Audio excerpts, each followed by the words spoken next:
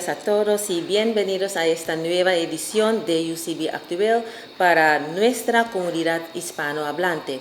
En esta edición damos un resumen semanal de las noticias nacionales e internacionales y como fuente tenemos su noticia, Noticias para la Comunidad Latina. Mi nombre es Antoinette Durham y es un gran honor acompañarles en esta nueva edición. Todos necesitamos la inspiración estos días porque lo que pasa en el mundo es tan fuerte que necesitamos levantar nuestra fe. Y como texto leemos de la primera carta de Tesalonicenses 5, los versículos 16 a 18. Estén siempre alegres. Oren sin cesar. Den gracias a Dios en toda situación, porque esta es su voluntad para ustedes en Cristo Jesús. Dios quiere que estemos siempre alegres. Y sabemos muy bien que algunas veces es difícil estar alegres cuando nos encontramos en problemas financieros, cuando tenemos problemas en nuestra familia o cuando nos encontramos en pruebas de salud. Pero a pesar de todos, debemos estar con gozo porque Él está siempre con nosotros. Y en cuanto a la oración es comunicar con Dios. La oración, orar es alabar a Dios, cantar alabanzas a Él. Orar es perdonar a otras personas. Orar es recibir el perdón de nuestro Salvador. Orar es declarar aquí en la tierra lo que Dios declaró en el cielo. Y hoy es un buen día para darle gracias al Señor. Hoy es un buen día para estar alegres. Enseguida regresamos con las noticias de la semana pasada. El ex líder del ejército surinamés, Desi Bouterse, ha sido condenado a 20 años de prisión por su participación en los asesinatos del 8 de diciembre de 1982 en Surinam. Según la información obtenida, Bouterse y su abogado no estuvieron presentes en la audiencia y tampoco se procedió a realizar la detención policial. El expresidente surinamés había sido condenado a 20 años de prisión en rebeldía el 29 de noviembre de 2019. Después de que el juez dictó su sentencia, su abogado Kanhai presentó un recurso el 2 de diciembre. Bouterse tuvo que comparecer ante el tribunal militar por primera vez por sus actos cometidos el 22 de enero de 2020. Tras esa audiencia, a la que acudió con el uniforme del ejército, se dirigió a sus partidarios en la Plaza de Independencia. Sin embargo, este caso fue pospuesto varias veces debido a la pandemia del COVID-19. Luego, el 30 de julio de 2021, se llevó a cabo el proceso con las alegaciones del Ministerio Público y el abogado defensor. No obstante, se espera que el abogado de Bouterse, Irfan Kanhai, recurra el veredicto de hoy. Las autoridades informaron que después del 15 de septiembre, cuando la Asamblea Nacional DNA entre en receso, se celebrará una reunión pública sobre el aumento de las tarifas de la empresa de energía de Surinam, teniendo en cuenta que varios asambleístas plantearon el viernes durante la sesión parlamentaria que los aumentos son muy drásticos. En este marco, el ministro de Recursos Naturales, David Abiamofo, señaló que no considera que las tarifas sean más elevadas que las anunciadas durante las presentaciones. No obstante, proporcionará más información a la Asamblea Nacional. Asimismo, se señaló que si ahora se paga más que antes, esto significa que se ha consumido más electricidad. Por otra parte, el ministro detalló que también ha escuchado el criterio de varias personas que están pagando mucho más de lo que se esperaba. De igual modo, llevó a cabo ciertas comprobaciones, pero al parecer el consumo ha aumentado. Según Abiamofo, algunos ciudadanos que han ahorrado electricidad pagan más o menos lo mismo. El presidente de la Asamblea, Marinus Bey, señaló con toda seguridad que la reunión se efectuará. En este contexto, Bey también argumentó que las personas tienen diversas experiencias y por consiguiente precisó que las cantidades a las que se enfrentan las personas son diferentes a las expuestas en las presentaciones que se realizaron. En el Hospital St. Vincentius se habilitó una sala para atender a las personas mayores que padecen de la enfermedad de células falciformes, también conocida como drepanocitosis. El objetivo de la creación de esta sala es ayudar a las personas en crisis durante los momentos en que presentan dolores intensos. Según Andresa Hönsel, autora de un libro infantil sobre la enfermedad de células falciformes, los pacientes ya no tendrán que acudir a los servicios de urgencias durante una crisis. Igualmente, la intención es que estos pacientes no tengan que pasar mucho tiempo en urgencias y sean atendidos inmediatamente por un hematólogo. En cuanto a este tema, se señaló que hace 2 meses se organizaron seminarios web con la finalidad de que padres e hijos se informaran sobre esta enfermedad. A partir de estos seminarios se encontraron donantes dispuestos a cubrir los costos de construcción de esta sala para ofrecer tratamiento a las personas que la padecen. El proyecto se encuentra ahora en su primera fase con la habilitación de esta sala. De igual modo, se señaló que el objetivo es que la sociedad tome cada vez más conciencia sobre esta afección. También se detalló que se han donado diversos suministros al hospital. La Ley de Amnistía de 1989, modificada en abril de 2012, fue derogado en la noche del viernes tras su aprobación por la Asamblea Nacional con 32 votos a favor y 12 en contra. Actualmente, la publicación de la ley original, que había sido promulgada en 1992, tuvo lugar el sábado, al día siguiente de su aprobación por el Parlamento, mediante una nueva publicación en el Boletín Oficial de Surinam por parte del gobierno. Asimismo, se dio a conocer que los parlamentarios Ivanildo Plein, Partido Nacional de Surinam, NPS, y Asís Kumar Gayadín, Partido de la Reforma Progresista, VHP, habían presentado una iniciativa de ley para su discusión con las partes pertinentes.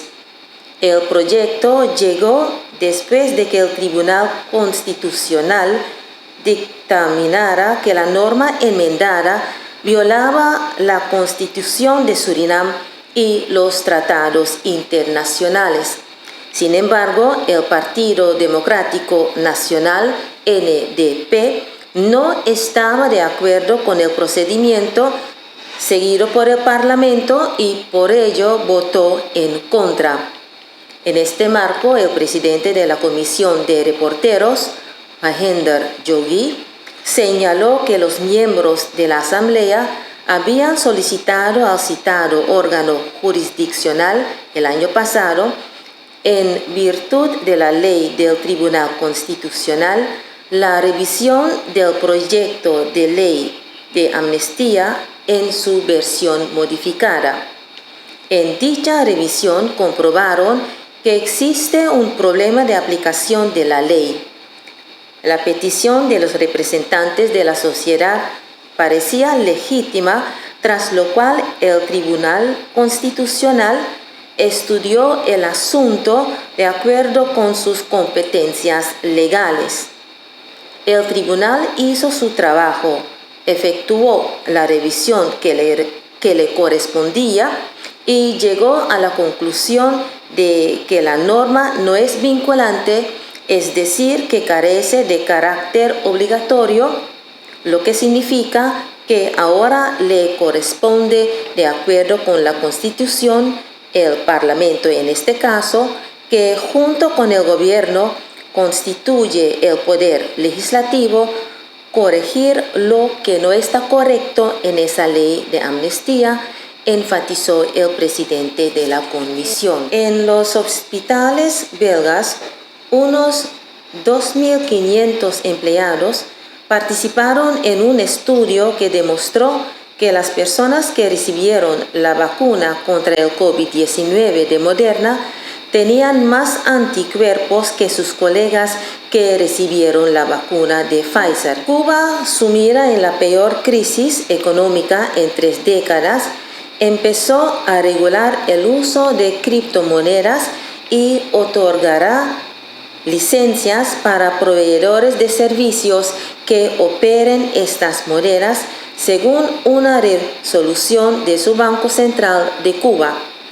La resolución 215 del Banco Central de Cuba, la resolución 215 del Banco Central de Cuba, que entrará en vigor el próximo 15 de septiembre, regula el uso de determinados activos virtuales en transacciones comerciales, así como el otorgamiento de licencias a proveedores de estos servicios en operaciones relacionadas con la actividad financiera, cambiaría y de cobranzas o de pagos en el territorio cubano o desde él. La nueva normativa subraya que el BCC podrá autorizar el uso de criptomonedas por razones de interés socioeconómico. Sin embargo, deja claro que las instituciones financieras y demás personas jurídicas solo pueden usar activos virtuales entre ellas y con personas naturales para realizar operaciones monetario-mercantiles y de canje y recanje cuando así lo autorice el Banco Central de Cuba. El expresidente Desi Bouterse anunció ayer en una rueda de prensa que los delincuentes han coordinado y están dispuestos a devolver las armas robadas debido a que pertenecen al Ejército Nacional. Sin embargo, han establecido sus condiciones. Según él, su nieto Walter, que se suicidó, y sus socios robaron las armas de la armería que se encontraba en su casa. La banda de delincuentes ha designado un representante de su parte y ha solicitado que el gobierno también escoja una persona confiable para realizar las conversaciones. En cuanto a esto, el exmandatario detalló que ha transcurrido ya un mes y el gobierno no ha tomado ninguna medida. Parece que las autoridades no quieren recuperar sus armas concluyó Bouterse. En este marco señaló que están llevando a cabo detenciones sin control y por ende quieren hacer creer que él y el partido NDP están implicados en dicho robo. Igualmente precisó que las autoridades expertas en este campo saben cuál es el grupo que tiene las armas en su posesión y por consiguiente no toman medidas reales para retirarlas de la comunidad. Conforme a lo expuesto por él, se trata de un determinado grupo étnico. El representante de los criminales designado por la devolución de las armas fue considerado sospechoso en un determinado momento. Ellos no querían involucrarse en el caso, dado que se suponía que era una operación secreta. Con respecto a esta problemática, Bouterse señaló que existen criterios a favor de que no se negocie con este grupo, pero le parece más importante que las armas regresen al Ejército Nacional. El ministro de Salud, Amar Ramadín, anunció en la rueda de prensa que se celebró en la jornada de ayer que las medidas implementadas por la prevención y control del virus COVID, que se encontraban vigentes hasta el 31 de agosto, se han prorrogado durante las próximas 3 semanas. El ministro declaró que no habrá modificaciones más severas en las medidas porque la sociedad debe asumir la responsabilidad de sus actos. Anteriormente, se había informado que Surinam se encuentra en su 4ª ola del COVID. Como resultado, el número de casos infectados con la variante Delta ha ascendido de 4 a 12 contagios. Conforme a los resultados que arribaron el día 30 de agosto de los Países Bajos. No obstante, aún se debe realizar un análisis para conocer qué personas están implicadas o tuvieron contacto con los primeros ciudadanos infectados con la variante B. Los talibanes salieron a las calles el martes para celebrar con disparos al aire el fin de 2 décadas de ocupación estadounidense de Afganistán, después de tomar el control del aeropuerto internacional de Kabul tras la salida antes de la medianoche de los últimos soldados estadounidenses del país. Fuerzas especiales de los talibanes, de la conocida como Unidad 313 Badri, entró en el aeropuerto de Kabul 1 hora después de que el último avión estadounidense abandonase la zona militar del aeródromo, tomando el control total por primera vez de la última base de Estados Unidos tras 20 años de conflicto. El Ministerio Público de Surinam, o M, ha anunciado mediante un comunicado de prensa que está tomando medidas contra las personas que cometan actos delictivos relacionados con el delito de sedición. Asimismo, anunció que se han detenido a varios ciudadanos que posiblemente enfrentan cargos por este delito y se han puesto bajo prisión preventiva. En este marco se precisó que sobrepasar los límites de lo permisible es una conducta punible y en tales casos el Ministerio Público está facultado para aplicar medidas coercitivas conforme a lo estipulado en la ley. Dicho organismo ha determinado informarle a la sociedad de que estos actos constituyen un delito debido a los numerosos casos que se han detectado en donde las personas utilizan las redes sociales para incitar o instar a la sociedad a cometer actos delictivos o a actuar con violencia contra las autoridades públicas. En este marco se detalla que el delito de sedición está tipificado en el artículo 177 del Código Penal y se castiga con una pena. En este marco se detalla que el delito de sedición está tipificado en el artículo 177 del Código Penal y se castiga con una pena de prisión no superior a 6 años y una multa de quinta categoría, es decir, una multa no superior a los $100,000 surinameses. Las autoridades surinamesas hallaron una cantidad considerable de drogas en Paramaribo Norte, exactamente en la calle Smaragstrat. Esto ocurrió durante una redada que se llevó a cabo el día de ayer alrededor de las 5 en la dirección mencionada. Varias unidades de la Policía de Surinam, entre ellas la Brigada de Antinarcóticos y la de Investigación Forense, se encuentran trabajando actualmente en el lugar de los hechos para investigar el caso. Igualmente se han realizado operaciones con perros antidroga.